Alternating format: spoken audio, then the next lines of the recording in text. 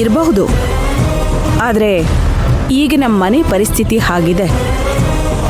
ಮೊದಲೇ ನಮ್ಮ ಅಭಿಗೆ ಆರೋಗ್ಯ ಸರಿ ಇಲ್ಲ ಅಂತ ಮೀಡಿಯಾದಲ್ಲಿ ಪಬ್ಲಿಕಲ್ಲಿ ಸುದ್ದಿ ಹರಿದಾಡ್ತಿದೆ. ಮೀಡಿಯಾ ಆ್ಯಂಡ್ ಪಬ್ಲಿಕ್ ಆ ನ್ಯೂಸ್ನ ಮರಿಬೇಕು ಅಂದರೆ ಅವ್ರ ಅಟೆನ್ಷನ್ ಡೈವರ್ಟ್ ಮಾಡಬೇಕು.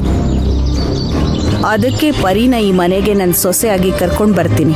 ಅದೇ ಗತ್ಗೆ ಅರ್ಥ ಆಗ್ಲಿಲ್ವಾ? ಒಂದು ಗೆರೆ ಪಕ್ಕದಲ್ಲಿ ಇನ್ನೊಂದು ದೊಡ್ಡ ಗೆರೆ ಹಾಕಿದ್ರೆ ಮೊದಲನೇ ಗೆರೆ ಚಿಕ್ಕದಾಗಿ ಕಾಣುತ್ತೆ. ಹೊಸದಾಗಿ ಏನಾದರೂ ಆದರೆ ಜನಗಳು ಹಳೆದನ್ನ ಮರೆತು ಬಿಡ್ತಾರೆ. ಮರೆವು ಮಾತ್ರ ಕಾಣೋ ಜನಗಳಿಗೆ ದೇವ್ರು ಕೊಟ್ಟಿರೋ ದೊಡ್ಡ ವರ.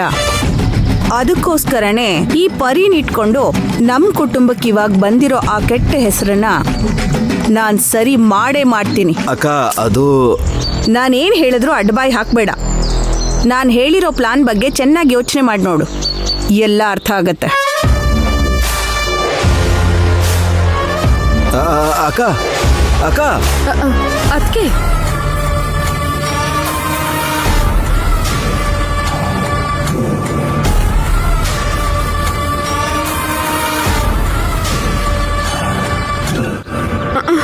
ಏನ್ರಿ ಇದು ಹೊಸ ತಲೆನೋವು? ನಿಮ್ಮ ಅಕ್ಕ ನಿಮ್ಮ ಹತ್ರ ಬಂದು ಅವ್ರ ಪ್ಲಾನ್ ಬಗ್ಗೆ ಯೋಚನೆ ಮಾಡು, ನಿಮ್ಗೆ ಅರ್ಥ ಆಗುತ್ತೆ ಅಂತ ನಿಮ್ಗೆ ಪಾಠ ಮಾಡಿ ಹೋಗ್ತಿದ್ದಾರೆ.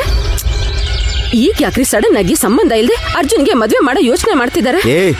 ನಾನು ಅಕ್ಕ ಹೇಳಿದನ್ನ ಕೇಳಿ ಟೆನ್ಷನ್ ಅಲ್ಲಿದ್ದೀನಿ, ನೀನ್ ಬೇರೆ. ಏನ್ ಹೇಳಿದ್ರು ಬಾಯಿ ಮುಚ್ಕೊಂಡು ಗೊಂಬೆ ಹಾಗೆ ನಿಂತ್ಕೊಳ್ಳಿ. ನಿಮ್ಮ ಅಕ್ಕ ಈಗ ಅರ್ಜುನ್ಗೆ ಮೊದಲು ಮದ್ವೆ ಮಾಡ್ಬೇಕು ಅಂತ ತೀರ್ಮಾನ ಮಾಡ್ಕೊಂಡು ಹೋಗ್ತಿದ್ದಾರೆ. ಏನೇ ನಾನೀಗೇನಾದ್ರು ಡಿಸೈಡ್ ಮಾಡದ್ನ? ಯಾಕೆ ನನ್ ಮೇಲೆ ಕೂಗಾಡ್ತಿದ್ಯಾ? ನನ್ನ ಕೇಳಿ ಮೈ ಎಲ್ಲ ಉರಿತಿದೆ ರೀ. ಹಾಗೆ ಉರ್ಕೊಂಡು ಸತ್ತೋಗ್ಬಿಡು. ತಮಾಷೆ ಮಾಡಬೇಡಿ. ಈಗ ನಾವು ಮುಂದೆ ಏನ್ ಮಾಡ್ಬೇಕು? ಅಭಿ ಗತಿ ಏನಾಗುತ್ತೆ? ನಮ್ಮ ಮಗಳ ಮುಂದಿನ ಭವಿಷ್ಯ ಏನು? ಅಭಿಗೀಗ ಸದ್ಯಕ್ಕೆ ಯಾರು ಮದುವೆ ಮಾಡ್ಕೊಳ್ಳೋದಿಲ್ಲ. ಅವನಿಗೆ ಆಂಗ್ಸೈಟೀಸ್, ಸ್ಟ್ರೆಸ್ಸು, ಡಿಪ್ರೆಷನ್ನು ಅಂತ ಒಂದಷ್ಟು ಪ್ರಾಬ್ಲಮ್ ಇದೆ. ಅವನಿಗೆ ಎಲ್ಲದಕ್ಕೂ ಮಾತ್ರೆ ತಿಂತಾ ಇದ್ದಾನೆ. ಅಷ್ಟು ಮಾತ್ರನಾ? ಅವನ ಬಗ್ಗೆ ಇರೋ ಎಲ್ಲಾ ಸೀಕ್ರೆಟು ನ್ಯೂಸ್ನಲ್ಲಿ ಬೇರೆ ಬಂದಿದೆ. ಅವನಿಗೆ ತಲೆ ಸರಿ ಇಲ್ಲ, ಅದು ಇದು ಅಂತ. ಅದಕ್ಕೆ ಮೂಲ ಕಾರಣ ನೀವೇ ತಾನೆ? ಹೌದು. ಯಾರಿಲ್ಲಂದ್ರೆ ಈಗ ಅಭಿನ ಮದುವೆ ಮಾಡ್ಕೊಳಕ್ಕೆ ಬೇರೆ ಯಾವ ಹುಡುಗಿನೂ ಬರಬಾರ್ದು ಅಂತ ನಾನು ಹಾಗೆ ಮಾಡಿದೆ.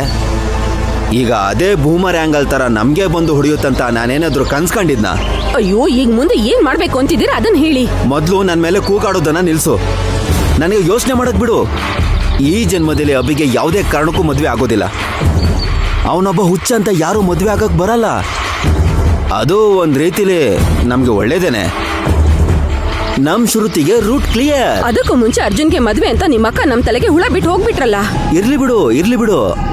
ಅಕ್ಕನ ಮನ್ಸನ್ನ ಹೇಗಾದ್ರೂ ಮಾಡಿ ಬದಲಾಯಿಸ್ಬೇಕು. ಅಭಿ ಇರ್ಬೇಕಾದ್ರೆ ಅರ್ಜುನ್ಗೆ ಏನಾದ್ರೂ ಮದ್ವೆ ಆದ್ರೆ ಜನ ತಪ್ಪಾಗಿ ಮಾತಾಡ್ಕೊಂತಾರೆ. ಹಾಗಾಗಿ ಅರ್ಜುನ್ ಮದ್ವೆ ಆಗೋ ಅದೇ ಮಂಟಪದಲ್ಲಿ ಅಭಿ ಮದ್ವೆ ಮಾಡೋಣ ಅಂತ ಏನಾದ್ರೂ ಹೇಳಿ ಅಕ್ಕನ ಮನ್ಸನ್ನ ಬದಲಾಯಿಸ್ತೀನಿ. ಒಂದೇ ಮುಹೂರ್ತದಲ್ಲಿ ಅಣ್ಣ ತಮ್ಮನ ಮದ್ವೆ ಮಾಡೋದಕ್ಕೆ ಏರ್ಪಾಟ್ ಮಾಡ್ತೀನಿ. ಇದೇಗಿದೆ? ಇದು ತುಂಬಾ ಚೆನ್ನಾಗಿದೆ ರೀ. ಇದೇನಾದ್ರೂ ಆಯ್ತು ಅಂದ್ರೆ ನಮ್ ಶ್ರುತಿ ತುಂಬಾ ಲಕ್ಕಿ ರೀ. ಹೌದು. ದೇವ್ರು ಯಾವತ್ತು ಒಂದ್ ಕನ್ಸನ್ನ ಕೊಡ್ತಾನೆ. ಆ ಕನ್ಸನ್ನ ನನ್ಸ್ ಮಾಡ್ಕೊಳ್ಳೋದು ನಮ್ ಸಾಮರ್ಥ್ಯ. ಒಂದೇ ಮುಹೂರ್ತದಲ್ಲಿ ಅಣ್ಣ ತಮ್ಮನ ಇಬ್ರು ಮದ್ವೆ ನಾನ್ ಮಾಡಿ ತೋರಿಸ್ತೀನಿ. ಇದು ರಾಮುವಿನ ಶಾಪಾತ.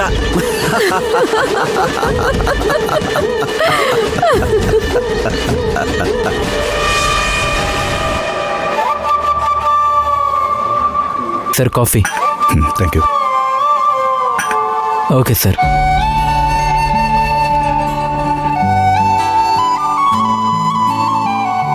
ಏನೋ ಮುಖ್ಯವಾದ ವಿಷಯ ಹೇಳಬೇಕು ಅಂತ ಫೋನ್ ಮಾಡಿ ಬರೋಕ್ ಹೇಳ್ದೆ. ಹೌದು. ನಾನು ಕಾಫಿ ಕುಡಿದು ಮುಗಿಯೋ ಅಷ್ಟರೊಳಗೆ ವಿಷಯ ಹೇಳ್ಬಿಡು. ನನಗೆ ತುಂಬಾ ಕೆಲಸ ಇದೆ, ನಾನು ತುಂಬಾ ಬ್ಯುಸಿ.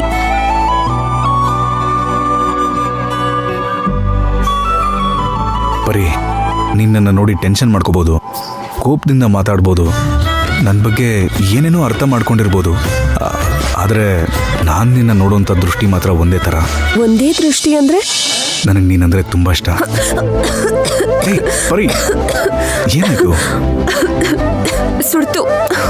ಅವಾಗ ಮಾತ್ರ ಹಾಗನ್ಸುತ್ತೆ, ಆದರೆ ಆಮೇಲೆ ಅರ್ಥ ಆಗುತ್ತೆ ನಿನ್ನ ಮೇಲೆ ನನಗೆಷ್ಟು ಪ್ರೀತಿ ಇದೆ ಅಂತ.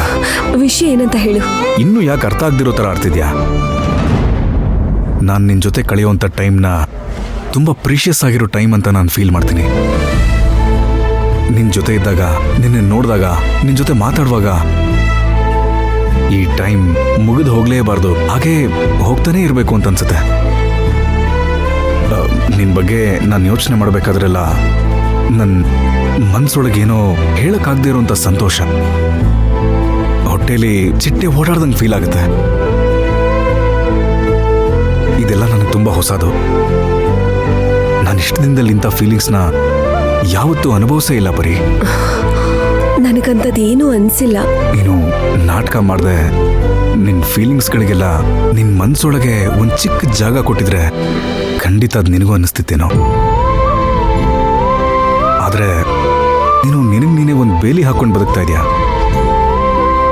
ನಿನಗೆ ನೀನೇ ಶಿಕ್ಷೆ ಕೊಟ್ಕೊಳ್ತಾ ಇದೆಯಾ.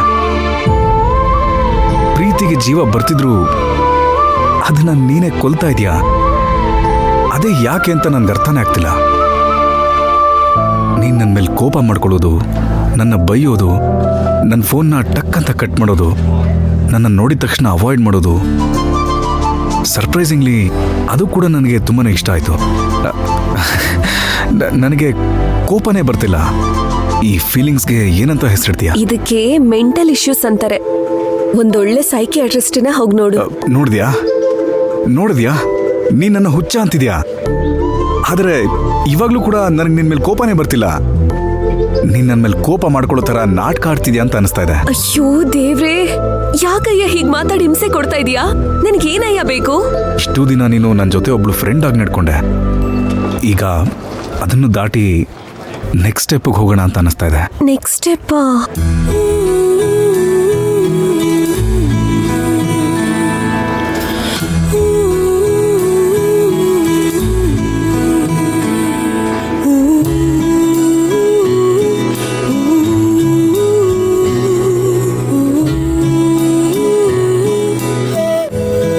ಇಡೀ ಜೀವನ ಪೂರ್ತಿ ನಿನ್ ಕೈ ಹಿಡ್ಕೊಂಡೇ ನಡಿಬೇಕು ಅಂತ ಅನಿಸ್ತಾ ಇದೆ.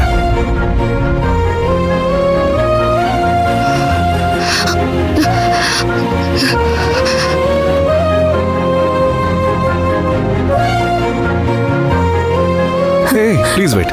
ಅಷ್ಟೇನಾ? ಇಲ್ಲ ಬೇರೆ ಏನಾದ್ರೂ ಇದೆಯಾ? ಇದೆ.